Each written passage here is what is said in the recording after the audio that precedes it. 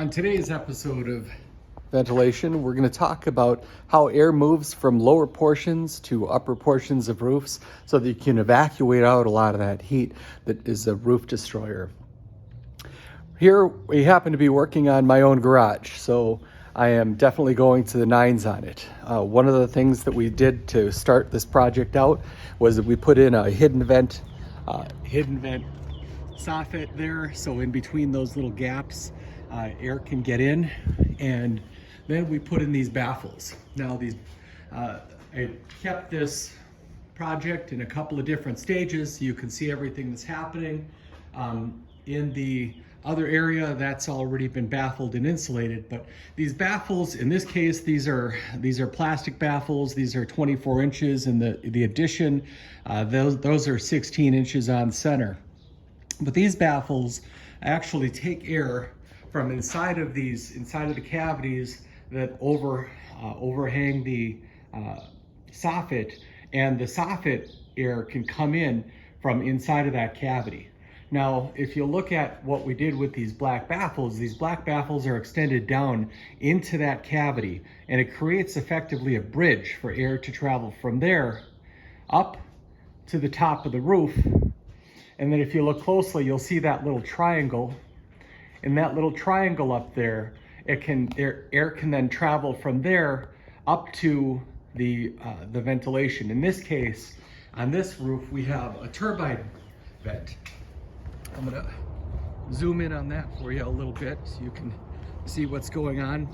Now, the turbine vents are a very effective vent. Even a gentle breeze will move them, and they'll actually suck a fair amount of air. So this is what I'd call a medium to medium dark sort of roof. So it's going to be more important than ever to move that air so that it saves so that it extends the life of this roof. Otherwise, you can turn a 50-year roof into a 10 or 20-year roof real quick. But so that's the first stage. So then we put the baffles in. The baffles allow air to come up to above where that triangle is. So the air in this case is going to be able to come in right into this space. Now, we'll also be insulating the walls, and if you look, you'll see that there is foam that is sealing all of these areas around the windows. But we also put in blocking. We just used a piece of foam. For that matter, you could even use a piece of cardboard if you wanted. And then we put that right on the bottom. That's so that you don't have air leakage that will be drawn out from the interior of your energy envelope. And then we foamed around there.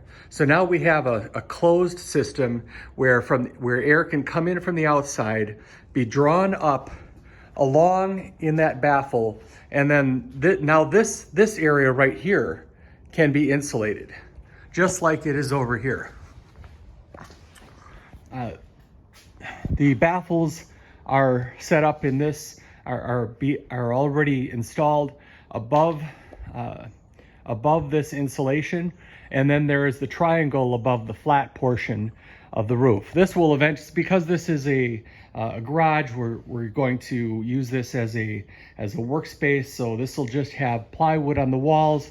We're also going to put the plywood on the ceiling so we can have our little workshop back there.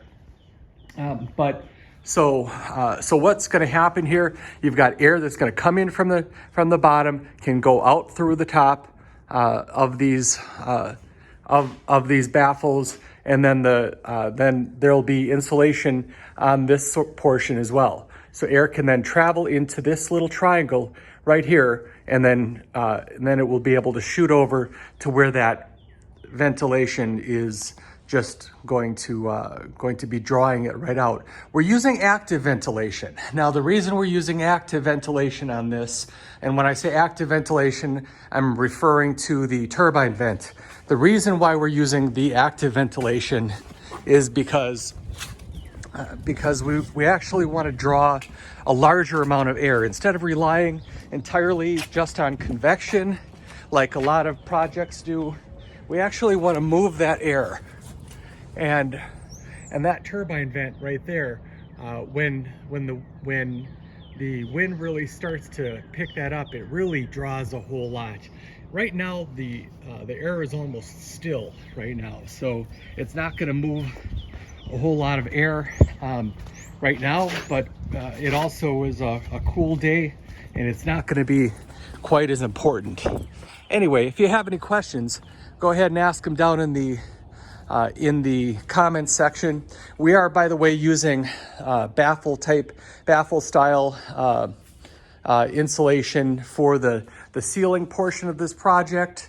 And then we're going to use a special fabric that we will put over this in each cavity. We did extend the height up of the original garage about 2 feet right here, and that fabric will go over, and it'll be attached to the studs, and then we will be able to blow that in between that cavity. The fabric will keep the blown insulation from coming in and just spilling all over our floor.